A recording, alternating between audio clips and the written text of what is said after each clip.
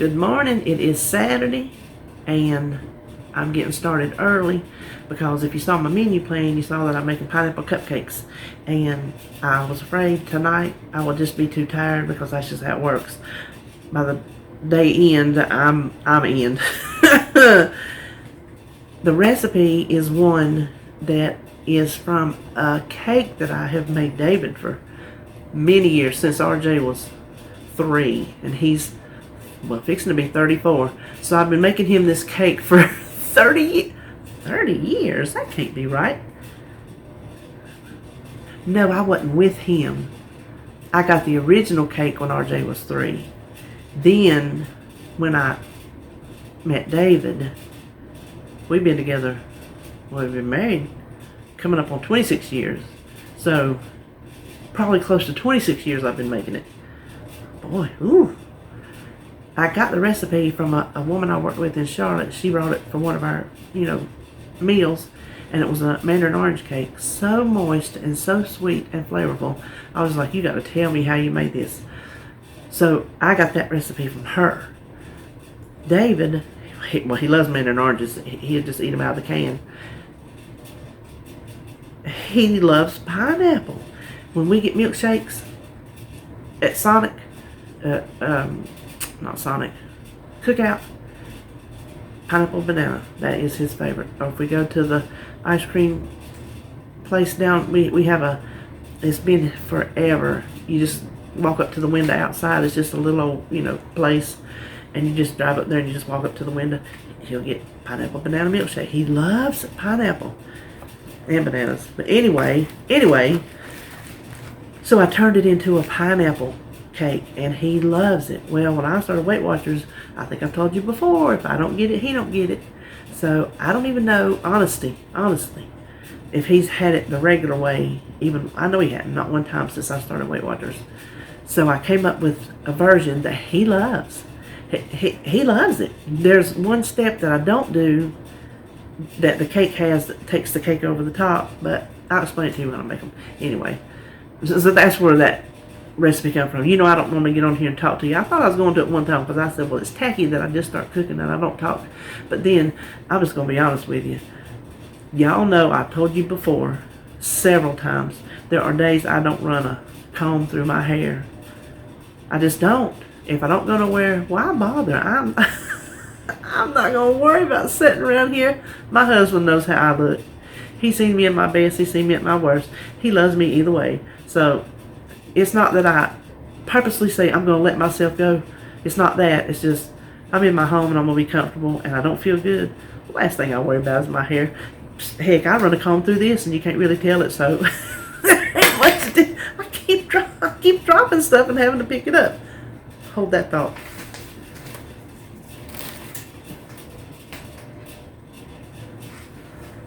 Okay. But the reason I was coming on and talking before this recipe, because I got some happy mail that I have to show, because I have to show it. This comes from Joan over at Joan's Pointed Plate. Now, she sent me this card, and y'all know I don't read cards. If it's got a sentiment written in it, then I'll read that, but I don't read what's personally written to me. But I don't think she'll mind if I read you this, because it explains the gift. She says, Kim, I will turn you into a tea lover yet. Hope you like these. I picked them up at my favorite tea shop in Lidditz, Pennsylvania. So she just went there, and I saw these on her day in the life, and I did not know at the time she bought them for me, little sneaky, sneaky girl. Well, if you know anything about Joan, you know she is a tea fanatic. If you've not watched her coffee and tea tag, I did one for coffee because I love coffee. She did hers on tea. I swear, you got to go to her channel and do a search for tea tag, whatever it's called, and look at all the tea this woman has. She needs to open a tea shop. I'm not lying. So anyway, this is what she sent me. So first of all, I'm gonna try not to drop this stuff. I'm making a mess because I had a cup of this morning and I didn't get it closed. Honestly, hold on.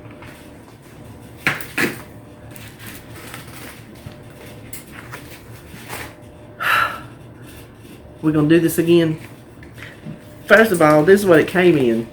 Ipsy bag. I'm like, I know she's not sending me no Ipsy. So, as soon as I cut it open and I got the smell, I knew good and well, right there and then, there was no Ipsy in that bag. I missed. I hit that one. So this is what I saw. And the tea shop is a tea affair. So this is chocolate raspberry truffle. If y'all can smell these, it is insane. That's a black tea. She said this one's a green tea. It's almond cookies. So I saw that. That was the first thing I saw. I'm like, well, this bag ain't big enough for a teapot. What am I supposed to do? What am I supposed to do with it? I never had no loose tea.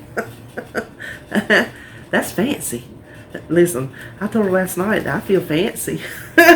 So, also in the bag were these tea sack, tea filter, 100 little things. They are just little tea bags. You just put your little tea down in there, stick it down in your cup, and just let it steep like a regular store-bought tea bag. And what I did to keep it from falling, because I'll do it with my tea bags, is I always clothespin my tea bags to the side of whatever I'm steeping them in for my gallon, you know, cold tea, to keep it in there. So I just clipped it onto the side of my cup. So it worked. What I was dropped a while ago was this little, because I had to ask her, how much do you put in it? So she's like 2 ounces, or 2 grams for 8 ounces of water. And that's my coffee cup. It's the one she made me, girl on the phone. I should have it up here to show you, but I don't. So I hold on to little things. Y'all hold on like little things that you just don't never know what you might need it for. I've not used this since, I think this is one I had when RJ was a baby. Yeah. I don't even know if he used it, because I remember using, I think even at that time they had, I know we used plastic ones. They may have had the rubber coated ones. You know the ones I'm talking about, so it don't clank in their little teeth. I can't stand that. And that's another video. Metal. Ooh, no. Kids in school that used to bite, I can't even say it, bite on that metal part of the eraser. Mama can't take it. Anyway, I was looking for a little spoon and I found this in the bottom. You wouldn't believe, 1 scoop is a perfect gram. I did another scoop, was a perfect 2 grams. So now I know 2 scoops of this for 1 cup worked perfect. So that is my happy meal for today. So thank you, Joan. I'm excited. I got some jars. I'm gonna put these in because I think that's what happened. That's why I spilled it, because you see, when you try to zip it, the little tea flakes get caught up in that little thing. I think that's why I've spilled. I didn't spill much. I didn't waste it, just little residuals. So anyway, that was all I was going to tell you. So let's just go over and start making some cupcakes. Alright, we're going to get started on these pineapple cupcakes. The first thing I have is 3 eggs that I went ahead and beat. To that, I don't really have any specific order or anything like that. It just all goes in the bowl, stir it up, and you're done. So I'm using the sugar-free yellow cake mix. I already cut that open so I wouldn't be fighting with it.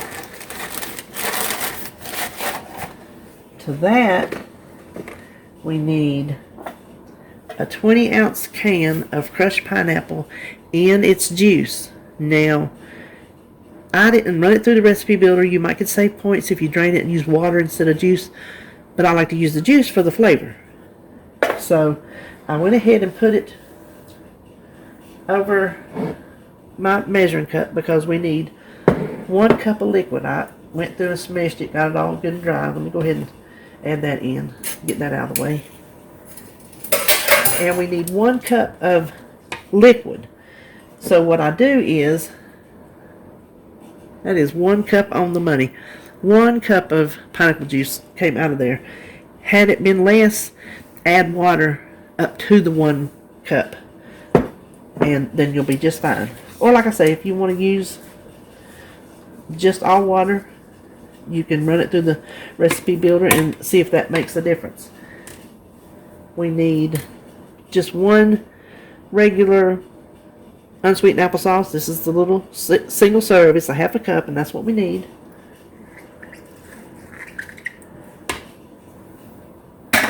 Then I use pineapple extract. I get this at Amazon, and it's linked below. 2 teaspoons. And what I like to do, now I use this teaspoon to measure my brown sugar. I'm just going to reuse it for this because it won't matter. I like to just go ahead and, I can't pour. Mix it in with the juice there. And that way you know that it's good and distributed. So just kind of swirl it around. Add the juice. Now you know the applesauce takes the place of the oil. And you really cannot tell a difference. Let's just mix that up real good. I've never used a blender, or not blender, a mixer, hand mixer, or KitchenAid. I just have always stirred it by hand, and it's always done its thing. So I don't know, you can do that way if you want. It should probably work out fine. Make sure I got all that dry off the bottom. It smells insanely delicious. Now, all we have to do, this brown sugar comes last. So, the next step, do you see how easy that come together? I have 2 cupcake holders, and this makes 24. And I use the silicone liners, and I always spray them because I just worry something's going to stick. Silicone's usually pretty good, but you never know. So I'm going to see, using 1 scoop, this is my big cookie scoop, if that's the right amount, because frankly I can't remember. Okay, you can see I already started the last step. There was enough batter to go around 1 scoop, and you probably could have got maybe 4 more cupcakes out of it if you wanted to. I just went back and divided it around all of them because I want a nice, good sized cupcakes for my points. These are 3 points on blue and purple with the real brown sugar. On green, because you have to count the applesauce and you have to count the eggs, they're 4 points. But if you use brown sugar substitute, it takes it down to 3 points. So then you can get it for 3 points as well. So this is 12 teaspoons of packed brown sugar. So I packed it and then I loosened it up. Then I pack it back to sprinkle a half a teaspoon on each cupcake. I think I got it pretty darn close. Now the step, this is not the original recipe. The original recipe, when it comes out, you take, if you have any fruit juice left over, which we didn't, so I would use milk. Just a little bit of powdered sugar and a little bit of milk, just to make a glaze. When it comes out and the cake is hot, you poke holes in it with a fork, put that glaze on it, and it soaks in, and it is so moist, it's unreal. That does not translate well to these cupcakes. They're too small to be that moist and hold together. So this was the alternative I came up with, to skip that part and just top it with some brown sugar. And they're still just as good. Little different as far as the soaked in glaze, you know, but still really good. David really likes them, and these freeze exceptionally well. I'm going to pop these in the oven at 350 for approximately 15 to 20 minutes, and then I'm going to let them cool before I come back and cut you one to give it time to set up. So I'll see you back then. Okay, if you don't mind, I'm just going to hold this right quick. You can see I have them here. They stay about the same size they are in the muffin cup, but as I show you, they're moist and dense. The bottom got browned. They took 20 minutes, exactly 20 minutes, for the toothpick to come out clean. Now here, let me get on my light. Let me see if I can go in close enough. Can you see the texture of it? There you go. You see how moist it is? It's not dense to the point of being, I don't know how to describe it. It's the perfect amount of denseness. I tasted it. It is delicious.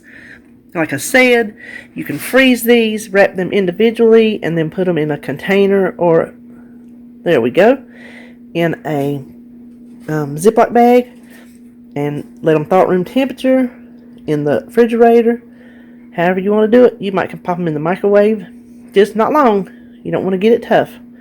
So there you have it. David's favorite pineapple cake turned into pineapple muffins.